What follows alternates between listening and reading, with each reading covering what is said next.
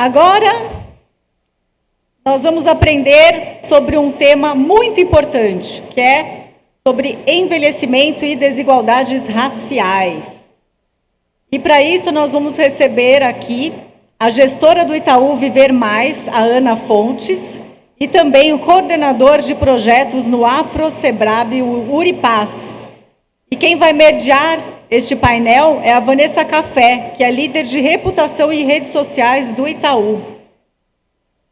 Então, por favor.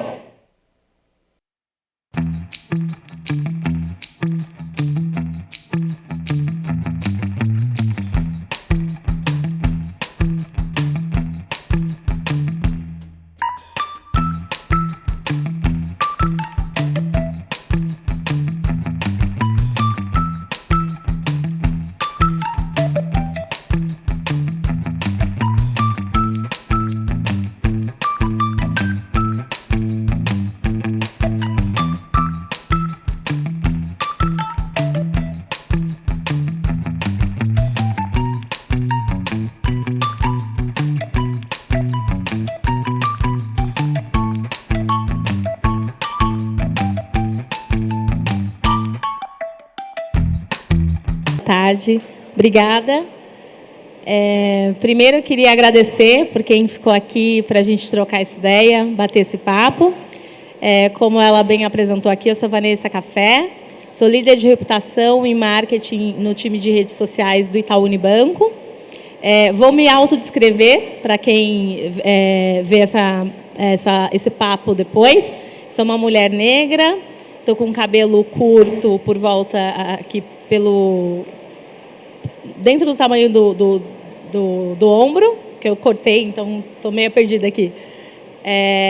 Estou vestindo uma roupa branca, né, um casaco branco, uma blusa preta, calça verde e um sapato meio roxo. Vou aqui abrir a nossa roda, o nosso papo. Pedindo primeiro para a Ana se apresentar e se autodescrever também, né? A gente pensa sempre em diversidade. E também pedindo para o Yuri se apresentar e se autodescrever. Olá, boa tarde. Mais uma vez é um imenso prazer estar aqui. Eu queria, inclusive, propor para quem está lá no fundo, se quiser estar mais pertinho, para a gente trocar. Acho que é uma proposta bem bacana da gente estar aqui, mas fiquem à vontade também, onde se sentirem confortáveis. Então, como a Vanessa falou, meu nome é Ana Fontes, vou me autodescrever, eu sou uma mulher negra, estou vestindo uma roupa toda azul clara, de cabelos crespos no ombro, estou usando um batom vermelho, um brinco dourado, uma pulseira e um anel dourado também. E vou passar aqui para o Uri se apresentar. Olá, boa tarde a todos e todas. Eu sou o Uripaz, vou me autodescrever. Sou um menino negro, com cabelos ondulados. Estou vestindo um blazer preto, com uma camiseta verde e uma calça preta. Muito bom.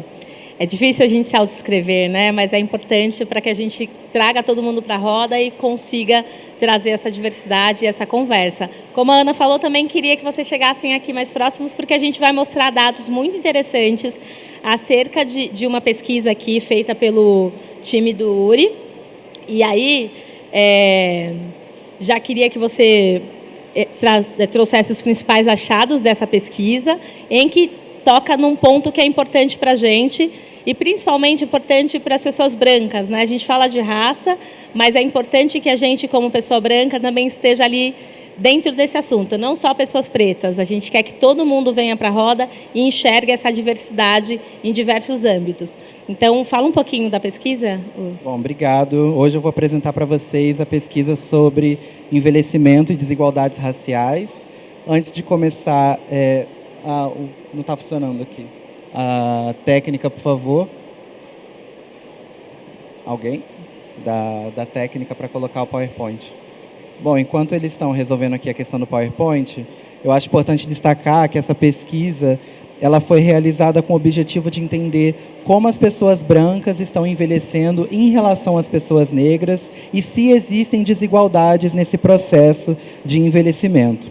Então, a gente entende o envelhecimento como um processo né? Ele não é um fenômeno estanque, e nós demos uma abordagem analítica que ela contempla a acumulação das desigualdades ao longo das fases da vida. Então, na velhice, é possível observar o resultado e o impacto do processo de acumulação de desigualdades, de acesso a direitos e recursos ao longo de todo o percurso da vida de uma pessoa. Acho que agora foi. Ótimo. Foi. Então, foi justamente isso que eu estava destacando, como que a velhice é um processo, a velhice, as pessoas não chegam na velhice do dia para a noite, então a gente está abordando uma série de fatores ao longo da vida de uma pessoa que acumulam as desigualdades raciais. A gente escolheu 3 cidades para fazer essa pesquisa, ela se deu em São Paulo, Salvador e Porto Alegre. A escolha dessas 3 cidades se deu principalmente porque elas possuem um alto índice de envelhecimento populacional e são cidades em que a proporção de idosos em relação à população jovem cresce de maneira mais acelerada e por apresentarem uma diversidade regional. Então, a gente está cobrindo o Sudeste, o Sul e o Nordeste em Salvador. O estudo focou especificamente em 4 faixas etárias, de 50 a 59 anos, de 60 a 69 anos, 70 a 79 anos e 80 anos ou mais. A inclusão da população de 50 a 59 anos, apesar de não ser considerada idosa, foi demandada pelo próprio Itaú Viver Mais para entendermos o início do processo de envelhecimento e a entrada dessas pessoas nos 60 anos. Esse é um estudo que aborda 12 dimensões da vida de uma pessoa, que vai desde as questões financeiras até as questões de autoestima e bem-estar. Mas nessa apresentação aqui, para a gente conversar, eu vou apresentar 4 dimensões que as desigualdades raciais mais apareceram. Então, eu vou começar pela dimensão da saúde. Nas 3 capitais, homens e mulheres negras têm o pior desempenho no indicador de saúde quando comparados aos homens e às mulheres brancas na maioria das faixas etárias. Os indicadores de saúde das mulheres, em geral, são superiores aos dos homens, independente de raça. Então, isso quer dizer que as mulheres costumam se cuidar mais, mas em relação aos homens, mas quando o componente racial entra, as mulheres negras têm indicadores de saúde menores quando comparado às mulheres brancas e quando comparado aos homens brancos. Ou seja, homens e mulheres brancos acessam mais hospitais, clínicas, laboratórios particulares, fazem mais exames de rotina e seguem mais os seus tratamentos de saúde. A partir dos dados que foram disponibilizados pelo Sistema de Informações sobre Mortalidade, a gente consegue ver que, em média, em São Paulo, por exemplo, 71% das mortes entre os homens negros ocorrem até os 69 anos, enquanto entre os homens brancos esse percentual é de 48%. Isso quer dizer que a população negra, especificamente de homens negros, costuma envelhecer, em média, até os seus 69 anos, enquanto a população branca, especificamente de homens brancos, envelhecem até os seus 80. O melhor grupo desse ponto de vista são as mulheres brancas, que têm uma expectativa de vida de 80 anos ou mais, seguida dos homens brancos com 70 anos, mulheres negras e, por último, os homens negros, que têm uma média aí de vida dos 60 anos. Além de São Paulo, o mesmo quadro se repete em Porto Alegre e Salvador. Isso significa dizer que as pessoas negras não chegam sequer a ter o direito de envelhecerem e viverem o mesmo tempo que pessoas brancas. Então, esse é um dado de caráter nacional que mostra como existe uma desigualdade no tempo de vida em relação das pessoas brancas e as pessoas negras. Do ponto de vista da desigualdade de gênero, ela é bem acentuada. As mulheres negras e brancas apresentam os indicadores de saúde superiores aos homens de maneira geral. Mas nas capitais analisadas, as desigualdades raciais persistem. Então, homens e mulheres brancos estão com uma saúde melhor quando comparados aos negros. E esse dado indica a necessidade de políticas públicas de saúde direcionadas ao público masculino, já que são eles que apresentam os piores indicadores de cuidado com a saúde. Dando continuidade nas análises que a gente coletou na pesquisa, eu vou falar agora de segurança financeira. O indicador de segurança financeira, ele mede como os entrevistados equacionam os seus gastos com as suas rendas. Então, esse indicador considera a percepção dos entrevistados sobre as condições que eles têm de chegarem até o final do mês e pagarem todas as suas contas. Nas 3 cidades analisadas, as pessoas brancas possuem maior segurança financeira do que as pessoas negras em todas as faixas etárias do estudo. Em São Paulo, com o avanço da idade, os homens negros se sentem mais inseguros financeiramente, pois apresentam maiores dificuldades em pagar todas as suas contas e todas as suas despesas. Entre as capitais analisadas, a insegurança financeira de mulheres negras em Salvador é a mais acentuada. E aqui eu trago um dado nacional da PNAD, produzido pelo IBGE, em que a gente consegue ver que a média dos rendimentos obtidos pela raça e pela faixa etária é superior para as pessoas brancas em todas as faixas etárias e fontes de rendimento, com exceção do Bolsa Família.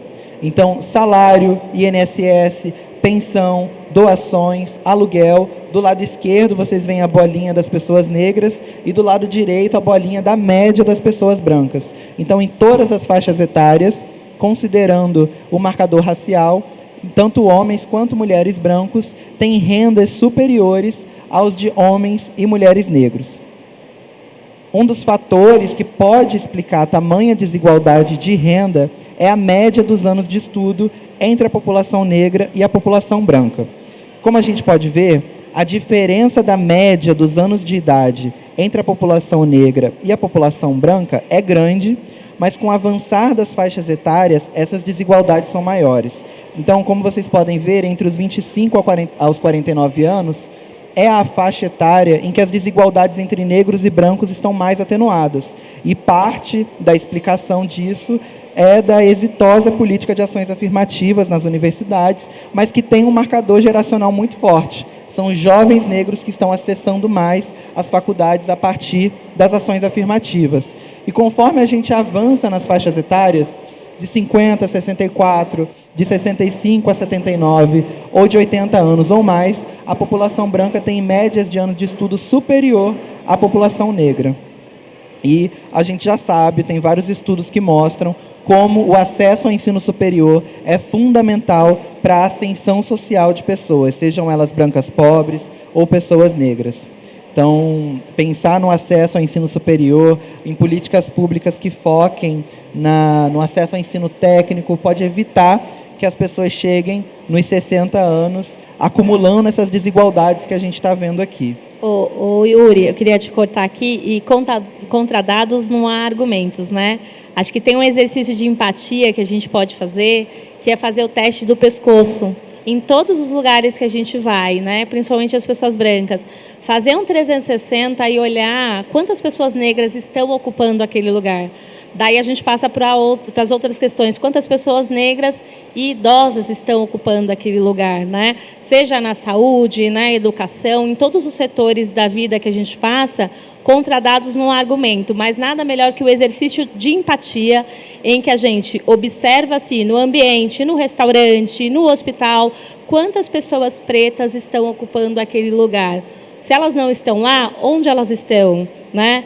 Aqui comprova bastante o quanto as universidades já estão mais cheias de pessoas pretas, mas e os outros ambientes, né? Quebrar esse ciclo e essa conversa da juventude que está vindo, mas não esquecer dos nossos idosos, é o Sankofa, é olhar para trás, para o presente e para o futuro e buscar essa política pública, né? Que fortaleça principalmente essa velhice que vem chegando. Posso? Desculpa te cortar. E acho que, para além disso, né, a gente entender que as cotas raciais foram fundamentais, mas elas foram um primeiro passo de política pública e que se acaba no ensino superior. Mas ela não é o suficiente, uma vez que a gente está falando de uma vida continuada de sempre estudo. Então, a ideia é que, à medida que a população esteja envelhecendo, que ela continue também se capacitando e se desenvolvendo e adquirindo cada vez mais conhecimento técnico. Então, não adianta a gente... É fundamental as cotas e que elas sigam, né? Mas entenda que há necessidade da gente avançar em políticas públicas de educação para garantir que também pessoas idosas sigam aí se capacitando no decorrer das suas vidas. Exatamente, é pensar quais são os espaços que essas pessoas negras não acessaram ao longo da vida, que permitiram que elas acumulem os piores indicadores de renda, acumulem tantas desigualdades assim nas médias de anos de estudo e principalmente de salário, né? Se a gente vive numa sociedade capitalista que remunera a gente pelos nossos esforços, a gente está vendo que tem uma barreira muito grande entre o reconhecimento e o acesso das pessoas negras a terem seus esforços reconhecidos nessa sociedade, né? E o próximo ponto, que é muito importante, que apareceu na pesquisa também, de desigualdade racial, é a inclusão digital. Então, nesse indicador, a gente queria entender como as pessoas de 50 anos ou mais estavam dominando as tecnologias da informação, acessando a internet, e o que a gente viu é que a inclusão digital das pessoas brancas é consideravelmente maior que o das pessoas negras nas 3 capitais que a gente analisou. Então, nessas capitais, há uma tendência maior de acesso à internet por homens e mulheres brancos, e em São Paulo, essa tendência é ainda mais acentuada. Homens e mulheres brancos acessam mais a internet quando comparado aos homens e mulheres negros.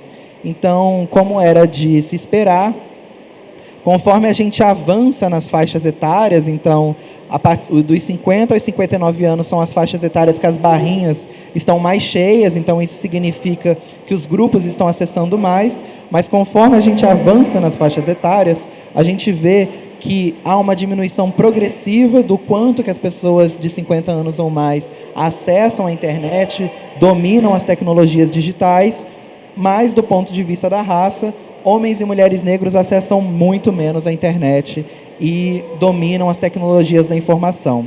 Então, não é apenas acessar a internet para entrar no Facebook ou então acessar o YouTube, mas a gente está dizendo de autonomia financeira, de utilizar o internet banking, serviços do nosso dia a dia que são fundamentais à boa e à correta utilização dos celulares. Então a gente precisa pensar como é que a população negra, que já chega acumulando tantas desigualdades, também enfrentam desigualdades até para acessar, por exemplo, serviços do SUS, que hoje são digitais.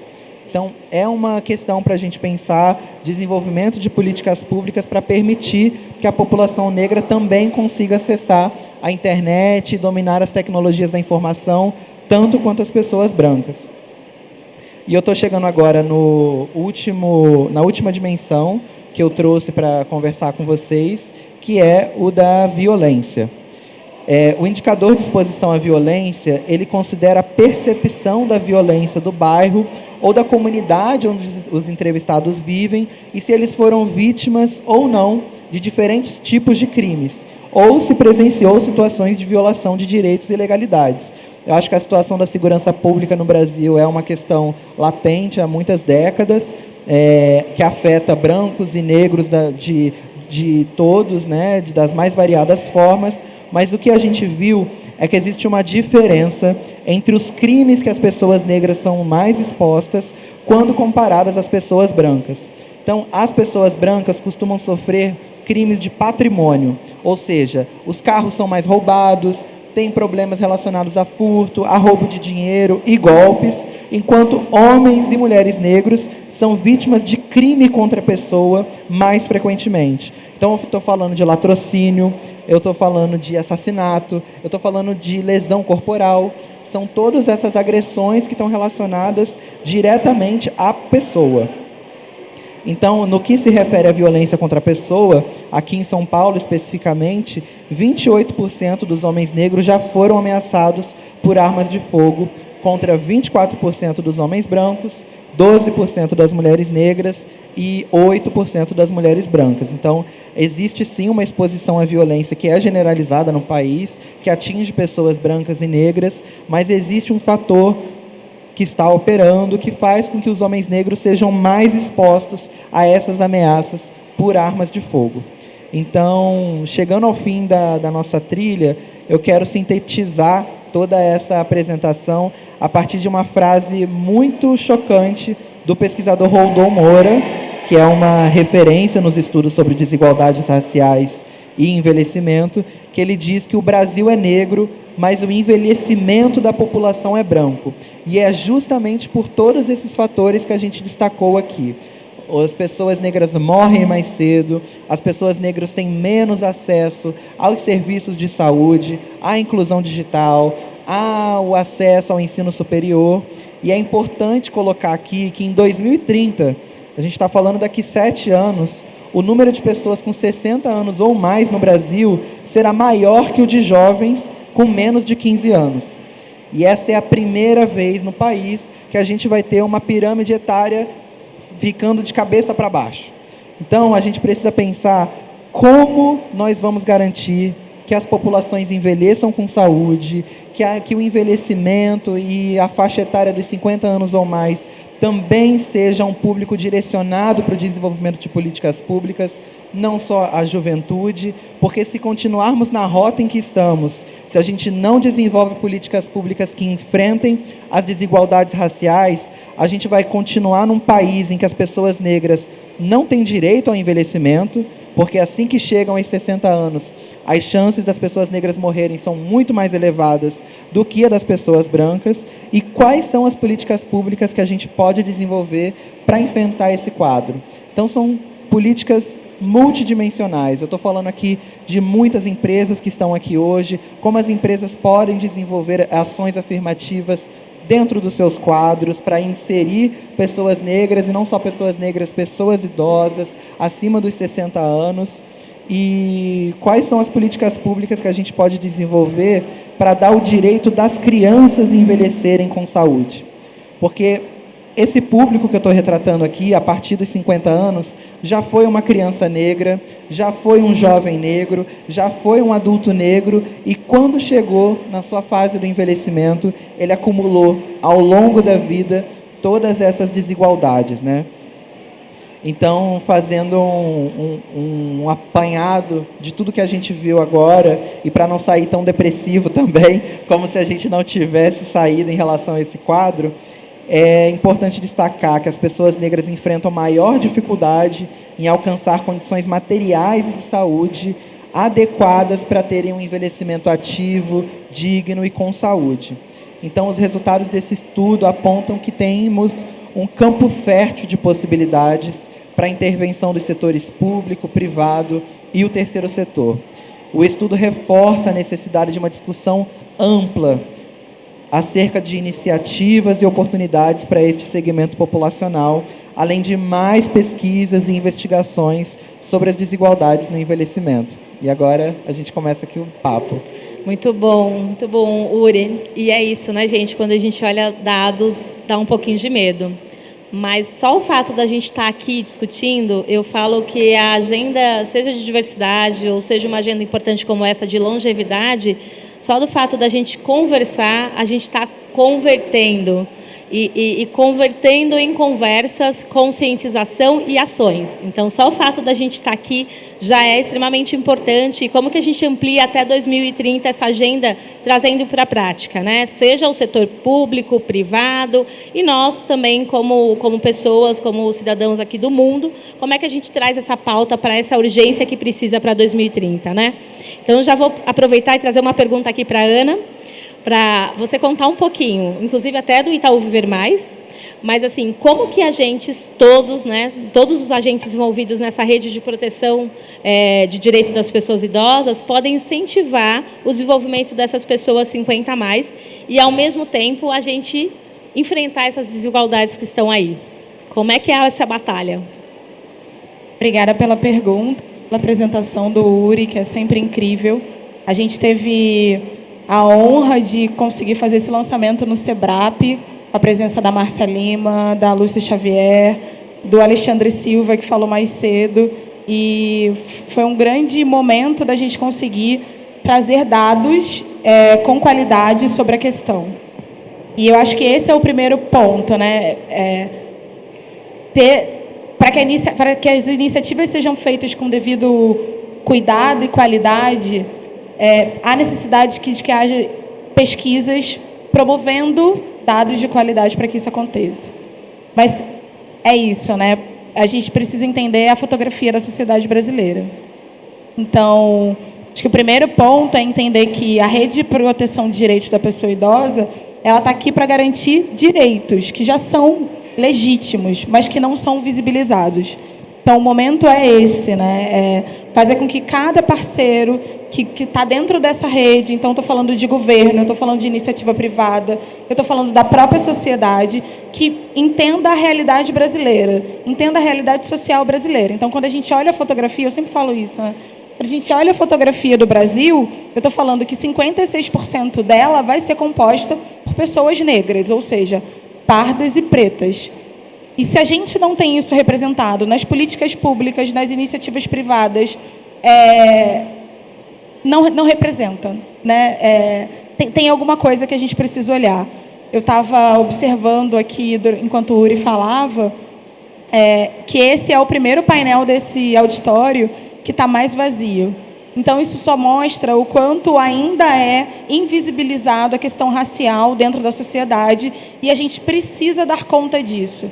Então, olhem para o lado, percebam o quanto esse auditório tem lugares vazios. Isso significa que esse assunto ainda não está com o devido peso que deveria estar. E o Alexandre Silva e o Alexandre Kalash mais cedo falaram sobre isso. Se a gente não der conta da desigualdade social que existe no país, a gente não vai avançar, nem em economia, nem politicamente falando, né, nem sobre o meio ambiente, que foi um assunto levantado pelo Walter Feldman. Então, o momento é esse. O momento é da gente dar conta desses assuntos através dessa rede. Então, que cada um se aproprie desse cenário e também sensibilize para a agenda, porque a agenda de longevidade ainda é uma agenda que requer sensibilidade. Ou seja, requer que a gente fale, explique os conceitos, diga que não é só falar sobre saúde, é fundamental sim, mas tem N outras dimensões que são relevantes para garantir que o envelhecimento seja de qualidade para absolutamente toda a população. Perfeita, Ana. A gente tem que, de fato, se reconhecer como uma sociedade ainda racista. É o grande desafio. E eu falo aqui, olhando no olho de cada um, do quanto a gente precisa trabalhar para isso. Porque a gente reconhece que o Brasil é uma sociedade machista, xenofóbica. E a racista é o que a Ana falou. A gente podia ter muito mais gente aqui conversando e convertendo essa conversa em conscientização. Mas é isso, a gente não vai parar e a gente vai continuar falando sobre isso até 2030 e até a evolução dessa sociedade. Passando para uma outra pergunta, Uri, eu quero trazer aqui que você falou sobre o processo de envelhecimento, né? No caso de uma pessoa idosa, uma mulher negra, ela chega já à velhice, uma mulher ou um homem negro, né, chega já à velhice com uma certa vulnerabilidade se comparado a uma pessoa branca, um idoso branco. Então, esse idoso é o que você falou, já foi uma criança, já foi um jovem, já foi um adulto. Como é que a gente pode dar esse cuidado para essas crianças, né, pensando já na longevidade? Como é que a gente cuida, inclusive, de crianças negras dentro da escola? Quais são os desafios para a gente cuidar da criancinha que vai chegar ao idoso? Bom, ótima pergunta. Eu gosto muito de fazer análises territoriais. Então, assim, a cidade de São Paulo, por exemplo, ela é caracterizada por pessoas negras morarem nas periferias, enquanto que no centro expandido de São Paulo, compreendido ali da Sé até quase o aeroporto de Congonhas, a gente vê uma concentração de pessoas brancas.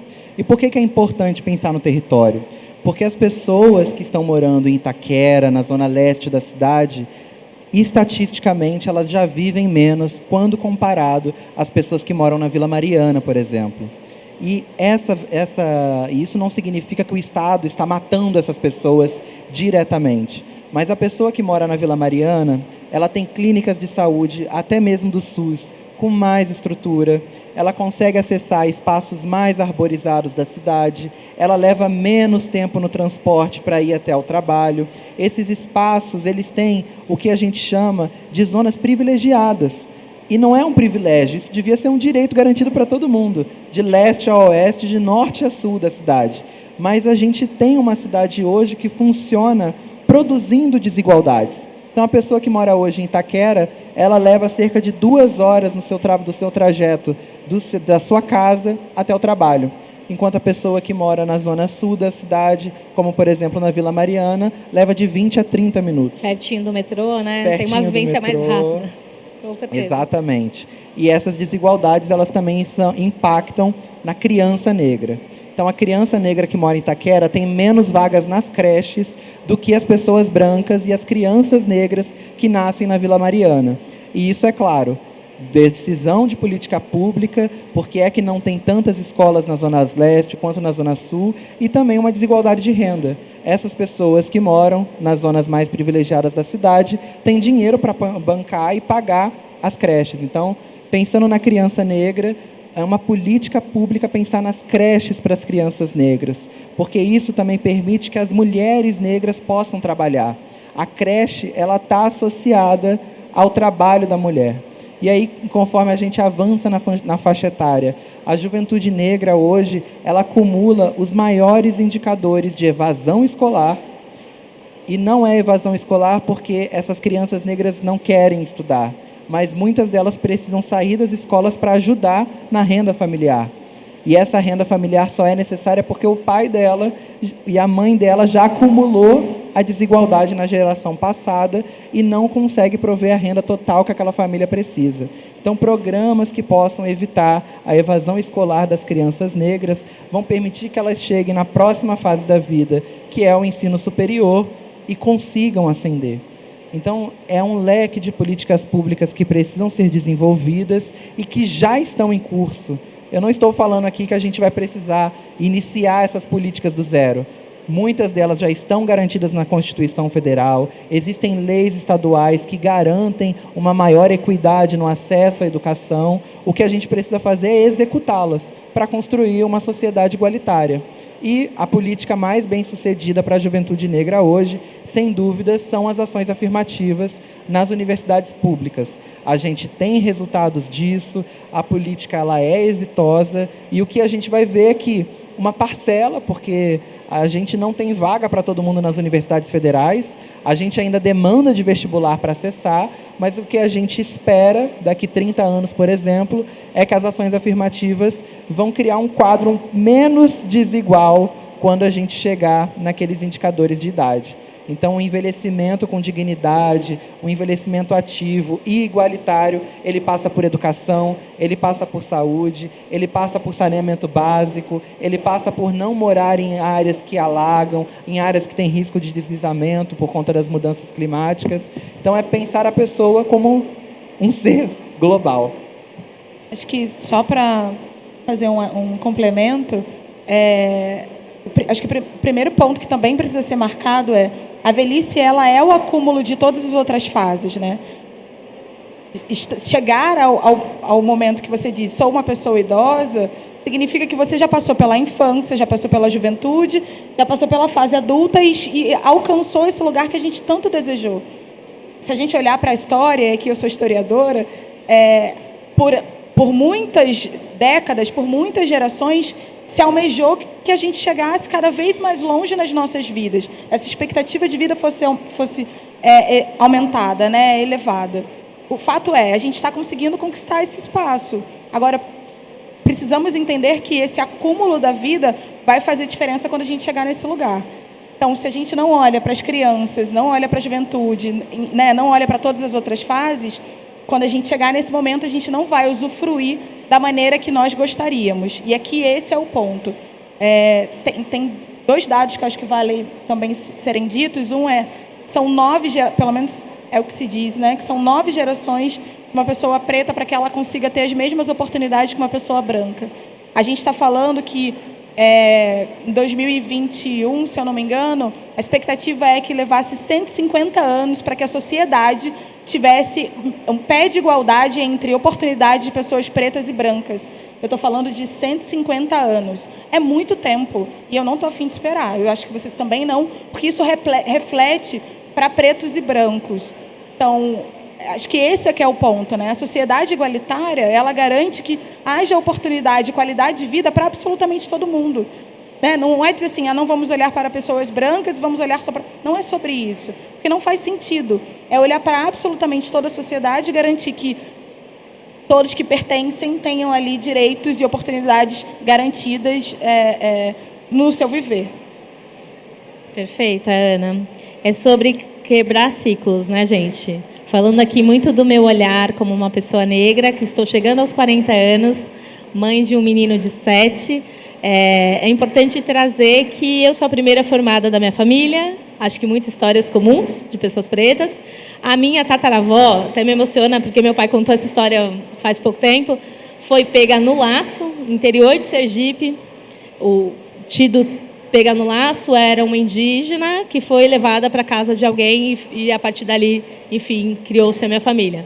Então, é esse ciclo que a gente tem que quebrar. É esse ciclo que, a partir desse lugar, as pessoas vão falar, agora sim, oportunidade e equidade para todo mundo. E a gente, né, não está naquele lugar de falar, putz, os europeus chegaram e que beleza, que você tem um nome italiano, um nome europeu. Beleza, você tem a sua história.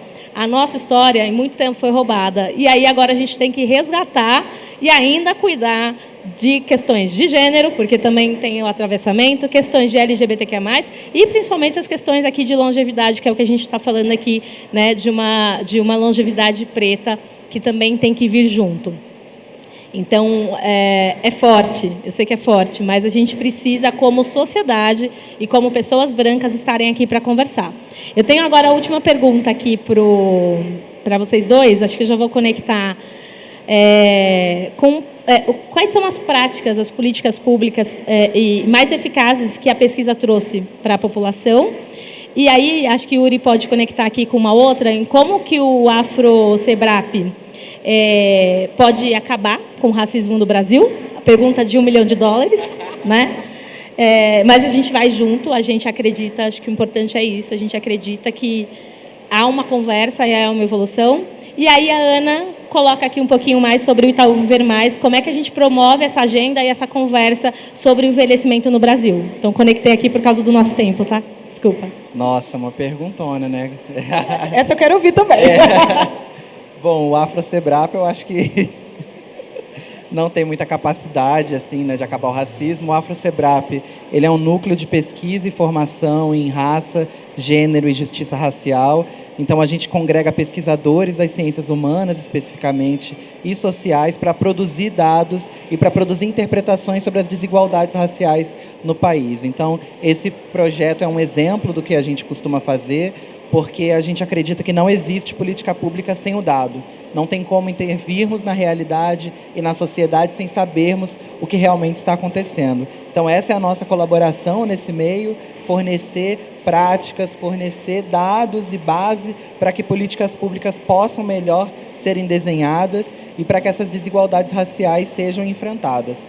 Do ponto de vista das políticas públicas para hoje, né? Porque a gente não pode deixar... A gente não quer mais esperar. A gente não quer mais esperar. A gente precisa... Eu acredito muito nas ações afirmativas. Eu acho que a lei de cotas para pessoas com deficiência no emprego privado é exitosa nesse sentido. As vagas estão reservadas lá e se as empresas não ocupam aquelas vagas, elas sofrem sanções. Isso faz com que as empresas abram um olhar para os seus candidatos. Entender as deficiências, por exemplo, como é o objetivo dessa lei, como plurais, entender como cada pessoa tem um componente, pode contribuir de uma maneira diferente na cadeia produtiva daquela empresa. E eu acho que é pensar, por exemplo, numa política pública que reservasse vagas para a população com 60 anos ou mais. Porque o atual quadro que a gente vê do INSS, por exemplo, são pessoas demorando ainda mais tempo para se aposentar. Quando se aposentam, a renda cai drasticamente e o quadro que a gente está vendo é que as pessoas com 60 anos ou mais precisarão continuar trabalhando. Essa é uma outra discussão para um outro painel, mas como precisarão trabalhar, quais vão ser as vagas que a gente vai reservar para essas pessoas? Acho que esse é o ponto. Que desafio falar agora, né? Mas, para além de tudo que o Uri já trouxe, que eu acredito que seja fundamental, acho que um primeiro ponto também é garantir que dentro do funcionalismo público haja diversidade. Então, isso é um dos pontos que não existe a gente pensar sobre o outro, construir políticas sobre o outro, sem que esse outro esteja ali dentro pautando as suas próprias questões ou as questões da sua comunidade. Então, aqui acho que para mim é o primeiro ponto, para que haja pessoas 60 a mais dentro do governo, pensando políticas para si e para a sua comunidade. É o nada sem nós, né? Nada de nós sem nós. Exatamente. E aí é isso, né? Pessoas 60 a mais pretas, pessoas 60 a mais com deficiência e assim sucessivamente. O outro ponto é dar visibilidade às políticas que já existem. Então, tem políticas incríveis e que funcionam efetivamente, que estão aí e que não têm visibilidade. Então, a gente fez uma pesquisa sobre cuidadoras, que a gente vai apresentar aqui amanhã, e tem políticas muito efetivas, mas que não ganharam visibilidade. Então, quem cuida... Até com a palestra anterior, né? Ele estava falando que quem mais cuida? Exatamente. A mulher. Exatamente. A mulher negra cuida muito mais de outras pessoas. Exatamente. Então, quem cuida precisa entender que já tem política e aí é ela mesma, porque são as mulheres que cuidam, que elas já podem utilizar. Mas se ela não sabe, ela não utiliza e aí fica refém, enfim, de toda a questão de cuidado, que a gente vai falar um pouco mais amanhã e que é isso, cabe mais um painel. E aí, para finalizar, é também pensar outras políticas que não existam ainda para dar conta da questão dos grupos que são minorizados. E aqui eu acho que essa palavra cabe melhor, né? Grupos minorizados, mas que não são minorias. Volto a dizer, estamos falando de 56% da população que é negra. Então, isso é só um ponto. Que, então, não é uma minoria, e sim uma maioria. Então, acho que dá para começar por aí. E aí, falando um pouco do Itaú Viver Mais, a gente é uma associação sem fins lucrativos do Banco Itaú, que tem mais de 20 anos e que olha para a questão da longevidade. Então, aqui a gente não pensa nas pessoas, a gente não faz uma ação direta para as pessoas 60 a mais, mas a gente fomenta com os parceiros. Então, é isso que a gente fez aqui. Viabilizamos, fomentamos uma pesquisa junto com o maior centro de pesquisa, um dos maiores centros de pesquisa que a gente tem no Brasil, que é o SEBRAP, para que haja dados com qualidade, para que o governo possa utilizar. Por isso, o Alexandre Silva participou do nosso lançamento e ele está utilizando essa pesquisa, assim como o município, o Estado, iniciativas privadas. Isso é um dos pontos que a gente faz, mas é isso, né? É impactar quem faz parte daquela rede que eu falei no começo, né? A rede de proteção de direitos da pessoa idosa, para que eles pensem, sim, dentro dos seus territórios, porque pensar na pessoa idosa de São Paulo é uma realidade. Pensar na pessoa idosa de São Paulo, do Morumbi e a de Paraisópolis são realidades diferentes. E aí cabe à prefeitura pensar nisso. Mas pensar na pessoa idosa de Manaus, já não... É muita... Eu falo muito isso, né? É muita prepotência achar que a gente aqui em São Paulo vai dar conta disso. Então, nada melhor do que a gente fomente quem conhece o território e conhece as necessidades para que ele consiga realizar isso da melhor forma. Então, isso é um pouco do que o Itaú Viver Mais faz. A gente vai continuar fazendo. A gente está olhando para cuidado agora, especificamente, mas também para todas as questões dos grupos minorizados. Então, em breve vão ter outras pesquisas aí no mercado para que vocês usem. E a sociedade precisa também se apropriar disso. Isso foi um cuidado que a gente teve quando lançou essa pesquisa. Então, se derem um Google aqui, façam um desafio. Derem um Google aqui sobre essa pesquisa, saiu na Exame, na Folha, no Estadão, no Alma Preta, justamente para que a sociedade se aproprie do assunto e também reivindique e tome ações para que esse quadro se modifique. Porque, eu volto a dizer, eu não quero mais viver essa realidade, não quero que o meu filho passe por isso, porque eu também tenho um filho de 6 anos. Mas eu, Itaú Viver Mais, o SEBRAP, a gente não dá conta de fazer esse movimento sozinho. A Expo Longevidade não vai dar conta de fazer isso sozinho. O Walter Feldman está aqui, é um grande parceiro, e a gente tem consciência disso. Por isso, um evento como esse, com tantos parceiros, em diferentes instâncias, todos da rede de direitos de proteção da pessoa idosa, para garantir que isso ganhe capilaridade e que alcance e que a gente tenha ação. Acho que a palavra final, né, já fechando aqui a minha fala, é ação. Não dá para vir aqui, ouvir a pesquisa e voltar da mesma forma que você entrou. Precisa ter uma ação. É isso. Os dados são assustadores, mas a gente vai lutar e a gente vai trazer mais essa pauta, porque conversa gera conversão, gera adoção e gera ação. E ESG está aí para comprovar, grandes empresas, pequenas empresas, iniciativa do setor público, então está todo mundo olhando para essa pauta. Só a conversa aqui já é importante, nosso tempo já acabou. Queria agradecer aqui vocês a escuta, agradecer a Uri, agradecer a Ana. E assim, vamos juntos mudar essa realidade para até 2030 a gente ter coisas positivas, números positivos, uma conversa muito mais ampla sobre a questão de raça e principalmente sobre a questão de longevidade no Brasil. Obrigada, gente.